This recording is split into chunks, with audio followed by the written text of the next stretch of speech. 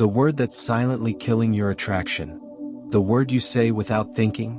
The word that slowly drains respect, mystery, and desire from your relationships is the word please. Not kindness, not politeness, not warmth, but the unconscious, approval-seeking, validation-hungry version of please that signals weakness instead of choice. And before you react emotionally, understand this clearly: Machiavelli never said you should be cruel, and he never said you should be heartless. What he revealed was something far more uncomfortable. People are drawn to power, certainty, and emotional self-control. Attraction is not built on begging. It is built on perceived value. And every time you use language that places someone above you psychologically, you subtly lower your own perceived value. In modern dating culture across the United States, especially in high-stimulation environments shaped by social media, attention is currency. The person who controls their attention controls the dynamic. But the moment you start speaking from a place of fear of losing them, fear of not being enough, fear of being abandoned, you begin to leak power through your words. Please text me back. Please don't be mad. Please give me another chance. Please don't leave. That word, when used from emotional dependency, communicates something deeper than politeness. It communicates that you believe the other person holds authority over your emotional stability. And attraction rarely survives emotional imbalance. Machiavelli understood hierarchy. He understood that perception shapes reality. If someone perceives you as replaceable, you become replaceable. If someone perceives you as emotionally self-sufficient, you become intriguing. The psychology behind this is rooted in human nature. We are biologically wired to be drawn toward individuals who appear capable of surviving without us. Not because we enjoy distance, but because autonomy signals strength. When someone feels that you need them more than they need you, the dynamic shifts. Desire requires tension. Tension requires uncertainty. And uncertainty disappears the moment you over-communicate your dependency. Now understand this carefully. This is not about suppressing emotion. It's about regulating expression. There is a difference between expressing desire and seeking validation. When you say, "I'd like to see you tonight," that's grounded. When you say, "Please see me tonight, I miss you so much," you've subtly shifted the frame. The frame determines who leads emotionally. Machiavelli warned that those who cannot control themselves will be controlled by others. In modern relationships, emotional overexposure is often mistaken for authenticity. But raw emotion without restraint does not build attraction. It creates predictability. And predictability kills mystery. In the United States dating landscape, where options appear endless, mystery is leverage. The person who seems slightly out of reach becomes more desirable than the person constantly seeking reassurance. Think about it. Why do people obsess over those who pull back? Why does silence create more anxiety than explanation? Because silence implies independence. Silence suggests you have other priorities, and priorities signal value. When you say please from a place of insecurity, you are subconsciously asking for permission to exist in their world. Powerful individuals do not ask for permission to be valued. They assume value. An assumption of value is magnetic. This doesn't mean arrogance. Arrogance repels. It means grounded certainty. The kind of certainty that says, "I want you, but I do not need you to survive." That energy shifts everything. Machiavelli observed rulers, leaders, and power dynamics. He noticed that those who were overly eager lost influence. The overly eager king was manipulated. The overly generous leader was exploited. The overly available lover was taken for granted. Availability is only attractive when it is selective. When you give access to everyone, access loses meaning. The modern mistake is confusing effort with overinvestment. You can invest without begging. You can care without pleading. You can love without lowering yourself. But when please becomes your emotional crutch, you train the other person to see you as the one chasing. And the chaser rarely controls the direction of the relationship. In American culture especially, independence is deeply respected. Confidence is admired. The self-made individual is romanticized. So when your language contradicts that archetype, attraction unconsciously declines. People may not even realize why their interest fades. they just feel the shift. Attraction is emotional mathematics. If one person feels they are the prize and the other feels lucky to participate, desire becomes one-sided. Machiavelli would say perception is power. If you want to maintain attraction, you must protect your perceived value. That means eliminating language that signals desperation. Instead of "please don't ignore me," say nothing and let absence create curiosity. Instead of "please give me closure," create your own closure through self-respect. Instead of "please choose me," become the option that requires qualification. This is not manipulation. It is psychological alignment. Humans test value subconsciously. When someone pulls away and you collapse emotionally, you fail the test. When someone pulls away and you remain composed, you elevate your status in their mind. The irony is this: the less you beg for attention, the more attention you receive. The less you chase validation, the more validation flows toward you. Because confidence is rare. Emotional discipline is rare. And rarity increases value. Machiavelli's philosophy was not about evil. It was about realism. He understood that people respond more to how you make them feel than to what you say. If your words communicate stability, strength, and controlled desire, attraction deepens. If your words communicate fear, instability, and dependency, attraction weakens. So the next time you feel the urge to say "please" from a place of emotional panic, pause. Ask yourself, am I speaking from confidence or from fear? Am I choosing them or am I trying to convince them to choose me? The strongest position in any relationship is the ability to walk away with dignity.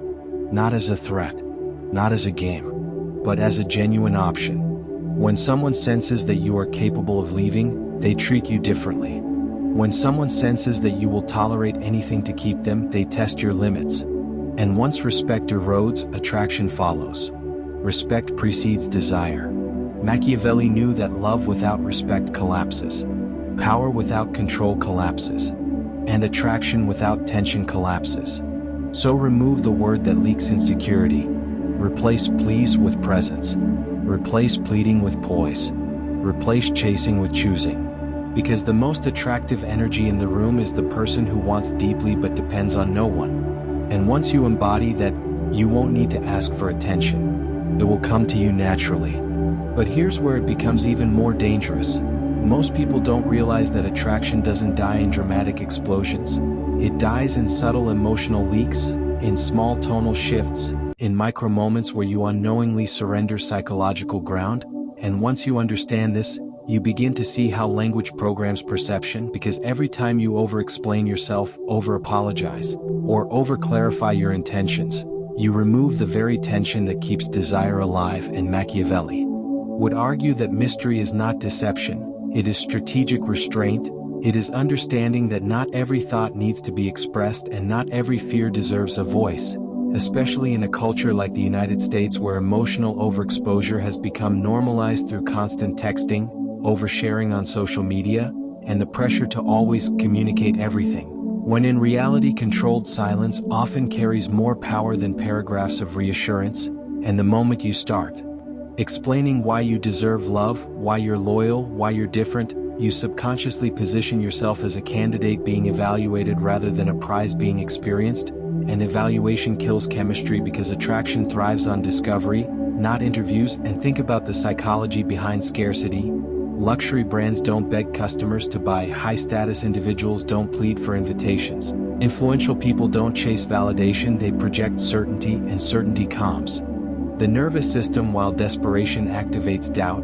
And doubt is the silent assassin of romantic desire, because when someone senses that you fear losing them, they begin to question why you feel that fear in the first place. And human nature interprets fear as lower value, not consciously but instinctively, which is why Machiavelli emphasized the importance of controlling perception over controlling emotion. Because you cannot stop yourself from feeling attachment, but you can discipline how that attachment is displayed. And emotional discipline creates intrigue, while emotional chaos creates imbalance, and imbalance makes one person the pursuer and the other the pursued. And in most modern American dating dynamics, the pursuer slowly loses leverage, especially when they make the other person the center of their identity, because nothing is less attractive than someone who has no world outside of you. And nothing is more compelling than someone whose life feels full, structured, and purposeful regardless of your presence. And this is where most people sabotage themselves.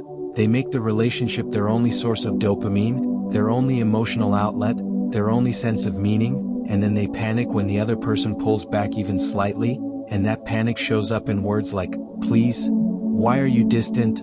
Did I do something wrong?" And these phrases may feel vulnerable, but vulnerability without grounded strength feels unstable, and instability erodes trust is the foundation of sustained attraction, because people are not just attracted to beauty or charm, they are attracted to emotional safety, and emotional safety comes from knowing that the person you're dealing with is self-regulated, not reactive, and Machiavelli would say that the one who reacts emotionally gives away strategic advantage, because reaction signals that the other person controls your internal state, and control over your internal state is the ultimate form of power. So when someone delays a response and you immediately double text, you communicate impatience. When someone cancels and you plead for rescheduling, you communicate dependency.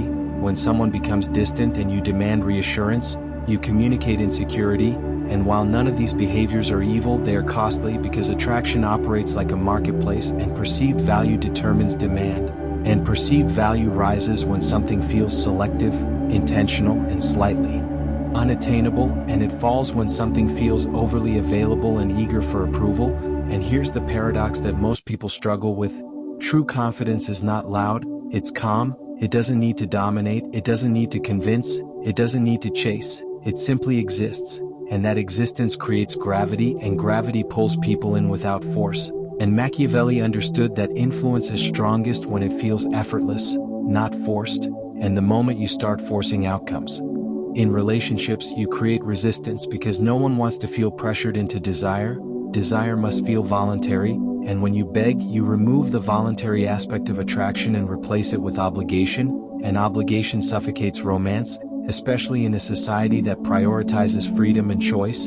And if you truly want to shift your dynamic, you must reframe how you see yourself, not as someone hoping to be chosen, but as someone evaluating compatibility, because when your mindset shifts from "I hope they like me" to "Do they meet my standards?", your behavior automatically changes, your tone changes, your pacing changes, and your words change, and suddenly you're not asking "Please stay", you're deciding whether staying benefits you. And that subtle internal shift radiates externally, because people can sense when they are being chased versus when they are being assessed, and assessment creates tension, and tension fuels attraction. And this is why sometimes the person who cares less appears more desirable, not because they are better, but because they are less attached to the outcome. And detachment signals options, and options signal status, and status influences desire more than affection ever could.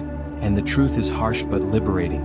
If someone only stays because you begged, they were already halfway out the door, and if someone leaves because you stopped begging, they were never aligned with you in the first place. And Machiavelli would argue that losing someone who does not respect your autonomy is not a loss but a strategic purification. Because every time you lower yourself to maintain attention, you reinforce a dynamic where your needs come second, and long-term attraction cannot survive where self-respect is absent.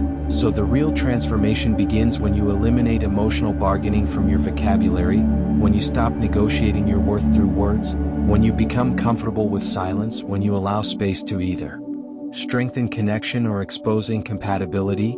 And when you reach that level of internal stability, something fascinating happens.